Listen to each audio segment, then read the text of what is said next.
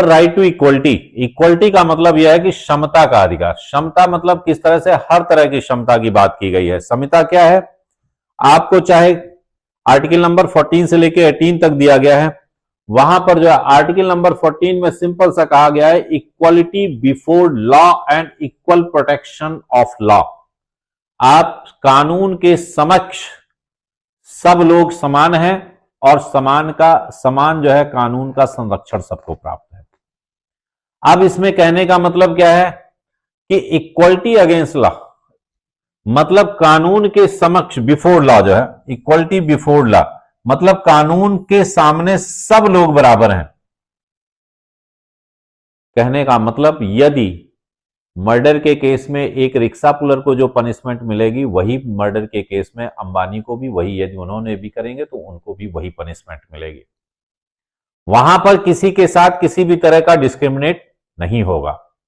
किसी को पैसे के आधार पर इस तरह से उसको डिस्क्रिमिनेट नहीं किया जा सकता। जितना कानून का अधिकार एक कॉमन मैन का है उतना ही अधिकार सबका है।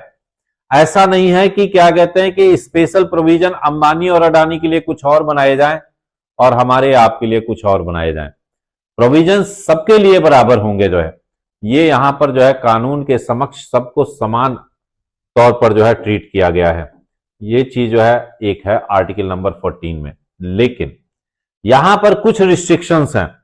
रिस्ट्रिक्शंस क्या है, राष्ट्रपति को इससे कुछ, राष्ट्रपति है, गवर्नर है, चीफ जस्टिस ऑफ इंडिया है, तो इनको जो है यहां पर कुछ विशेषाधिकार प्राप्त है।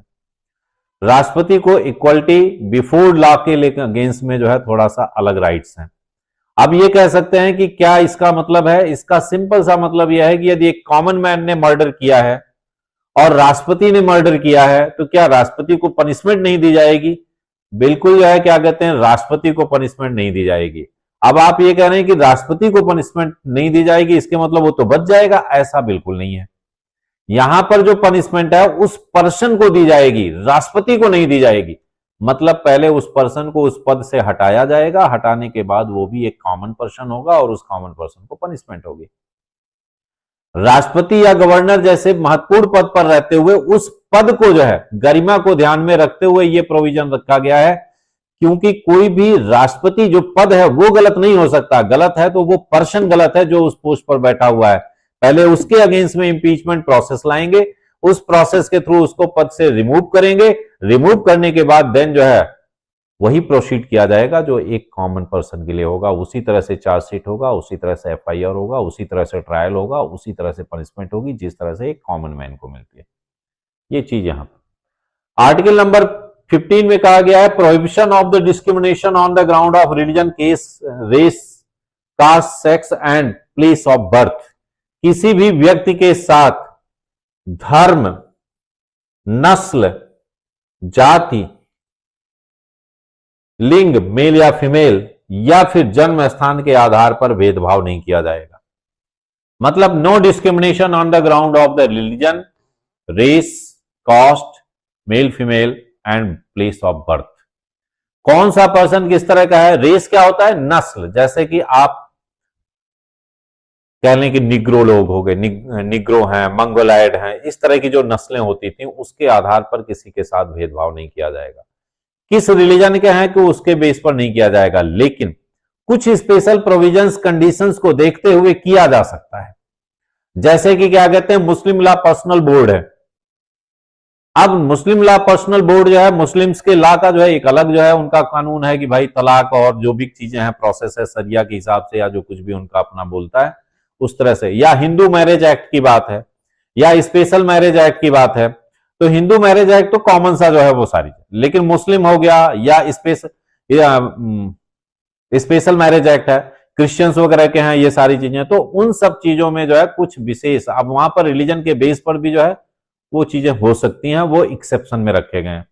कोई भी कास्ट है, मतलब किसी भी ब्राह्मण, क्षत्रिय, वैश्य, शूद्र, सबके लिए जो है यहां पर इक्वलिटी की बात होगी। किसी भी रिलीजन के लिए बात होगी, किसी भी रेस के लिए जो है इक्वलिटी की बात होगी। रेस का मतलब मैंने आपको बता ही दिया, मंगोलाइड हो गए या द्रविड़ हो गए, आर्यंस हो गए, इस तरह से जो भी चीजें हैं। मेल या फीमेल के बेस पर भी जो है डिस्क्रिमिनेट किया जाएगा या प्लेस ऑफ बर्थ के हिसाब से। अब ये कह सकते हैं कि हरियाणा HCS की ही बात करें, उसमें तो प्लेस ऑफ बर्थ के बेस पर जो है क्या कहते हैं डिस्क्रिमिनेट किया गया है, कुछ स्पेशल प्रोविजंस किया जा सकता है। कहेंगे किस तरह से किया गया है? आप जानते हैं कि आउटसाइडर स्टेट के जितने भी होते हैं उनको सबको जनरल कैटेगरी में रखा जाता है, चाहे भले ही वो SC का क्यों ना। जो यहाँ के लोकल होंगे जो है मतलब डोमिसाइल होगा, उनके लिए थोड़ा एक निश्चित जो है स्पेसिफिक सीटें रिजर्व कर दी जाती हैं, ओपन सीटें अदर्स के लिए हो जाती हैं। तो ये सारी चीजों के प्रोविजंस किए जा सकते हैं। आर्टिकल नंबर 16 में कहा गया equality of opportunity in public employment, मतलब सर्विस सेक्टर में, गवर्नमेंट जॉब में सबके साथ जो है इक्वलिटी होगी, किसी भी ऊपर वाले जो हमने 5-6 पॉइंट गए थे उसके हिसाब से किसी भी तरह का भेदभाव नहीं किया जाएगा। ठीक है, अब यहां पर जो है पर्पस क्या है? Prevent arbitrary state action, promote social justice, ensure rule of law. इसका पर्पस क्या था कि सामाजिक न्याय स्थापित हो सके, साथ ही साथ जो है विधि का शासन स्थापित हो सके, मनमाने राज्य के जो अपनी मनमर्जी से करे तो वो न कर सके, जो है इक्वलिटी को बनाए रखे जो है, इसलिए